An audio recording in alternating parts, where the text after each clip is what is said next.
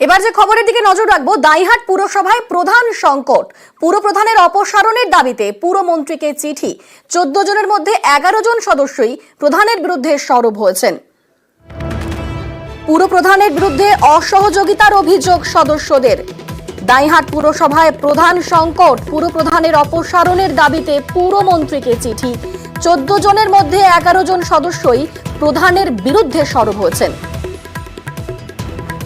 আমাদের সঙ্গে রয়েছেন প্রতিনিধি রণদেব। রণদেব, পুরপ্রধানের বিরুদ্ধে কি অভিযোগ করছেন সদস্যরা? হ্যাঁ দেখো, পুরপ্রধানের বিরুদ্ধে প্রধান অভিযোগ হচ্ছে যে উনি অন্যান্য সদস্যদের সঙ্গে ভালো করে কথা বলেন না, তাদের কোনো অভিযোগ বা অভাব শোনেন না, এলাকার উন্নয়নে উনি একদম উদাসীন থাকেন এবং এর সঙ্গে দলবিরোধী কাজকর্ম করেন। এই অভিযোগ তুলে দলেরই 11 জন সদস্য পুরপ্রধানের অপসারণের দাবি তোলায় জেলা তৃণমূল নেতৃত্ব চরম অস্বস্তিতে পড়েছে। কারণ নিরঙ্কুশ সংখ্যাগরিষ্ঠ দাইহাট পুরসভা 14 জন সদস্যের মধ্যে 11 জন এই আবেদনপত্রে সই করে গত 13ই জুন পুরমন্ত্রী ফিরহাদ হাকিমের সঙ্গে দেখা করে এটা জমা দিয়েছে এবং গত বৃহস্পতিবার দিন ফের ফিরহাদ হাকিমের কাছে জানতে গেছিলেন এই পুরপ্রধানের পুর সদস্যদের বেশ কয়েকজন যে পুরপ্রধান থাকলে কিন্তু আমরা বৈঠক বয়কট করব এবং সেই মতো বৈঠক বয়কটও করা হয়েছে। যদিও জেলা নেতৃত্ব এই বিষয়ে এখনো পর্যন্ত কিছু মন্তব্য কিছু জানেন না বলে জানিয়েছেন এবং যে চিঠি দেওয়া হয়েছে সেই চিঠি জেলা নেতৃত্বের হাতে এখনো পৌঁছায়নি।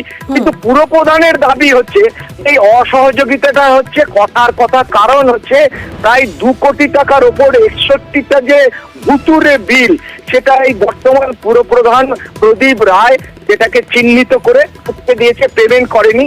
বেশ কিছু পুর সদস্য দাইহাটের যারা এই ভুতুরে বিল তুলবার জন্য বারবার আবেদন করেছে এজেন্সির মারফতে এবং চাপ সৃষ্টি করেছে পুরপ্রধানকে যে ভুতুরে বিল তাদেরকে অবিলম্বে প্রদান করতে হবে। পুরপ্রধান সেইটা করেননি বলে তার উপরে এই ধরনের প্রতিশোধমূলক আচরণ করা হচ্ছে বলে প্রদীপ রায়ের দাবি। রবীন্দ্রনাথ চট্টোপাধ্যায় তৃণমূলের জেলা সভাপতি পরিষ্কার জানিয়ে দিয়েছেন, এই যদি প্রমাণ হয় যে কোনো ভুতুরে বিল কোনো পুরো সদস্য এরকম তুলতে চাইছে, কাজ না করে টাকা তুলতে চাইছে, তার বিরুদ্ধে দলগত ব্যবস্থা হবে এবং আইনি ব্যবস্থা নেওয়া হবে। অনিন্দিতা। বেশ, ধন্যবাদ রণদেব। আমাকে বসিয়েছে দল, আমি কিন্তু অন্য জায়গা থেকে ওই হেলিকপ্টারে এসে বসে পড়িনি। আগেকার প্রধান যে কাজগুলো করিয়েছিলেন তার কোনো কাগজপত্র নেই। এরকম 61টা কাজের লিস্ট আমার কাছে করা আছে, আমি প্রয়োজনে সেটা ওইখানে দিয়ে দেবো। আর একটা জিনিস হচ্ছে সেই অ্যামাউন্টটা হচ্ছে 5 কোটির মোর দ্যান 5 crore, 1 টাকা নয়। আমরা সেইখান থেকে কিছু কিছু দেনা মিটিয়ে মানে 3 কোটি 3.5 কোটি টাকার উপর কাজ আমরা করেছি বিভিন্ন ওয়ার্ডে। এখন তাদের পছন্দসই কাজ হয়তো না হওয়ার জন্যই তারা এরকম বলেছেন বা বলছেন, তাদের কোনো জায়গায় তাদের স্বার্থে আঘাত লাগছে বলেই তারা করছেন। আমরা গিয়েছিলাম, উনি এখানে নিজের স্বেচ্ছায় সব কাজকর্ম করছে। উনি আমাদের সঙ্গে কোনো কনসাল্টও করে না, কোনো কাউন্সিলরের সঙ্গে আলোচনাও করে না। কি করেছেন আপনারা? একবার যেন আমরা ফিরহাদ হাকিমকে চিঠি দিয়ে এসেছি। চেয়ারম্যানের দাবি যে আপনারা নাকি অনেকেই আছে ভুয়ো ঠিকাদারি বিল দিয়ে কাজ না করে বিল দিয়ে টাকা তুলতে গিয়েছেন। বাজে কথা। চেয়ারম্যানকে তদন্ত করুক। আমরা চাই সিবিআই কেন ইডি ফিডি আসুক, এসে দেখুক যে কোনো কাউন্সিলরকে নিয়ে উনি কাজ করেছেন নাকি। 2-3টে মানে কর্মচারীকে নিয়ে উনি যা করছেন খুব নোংরামি করছেন। একটা প্রায় 4-5 কোটি টাকার দেনা এবং সেই কাজগুলো সঠিকভাবে হয়েছে কি হয়নি পৌরপ্রধান একটু খোঁজ নিচ্ছেন, কারণ এত টাকার দেনা।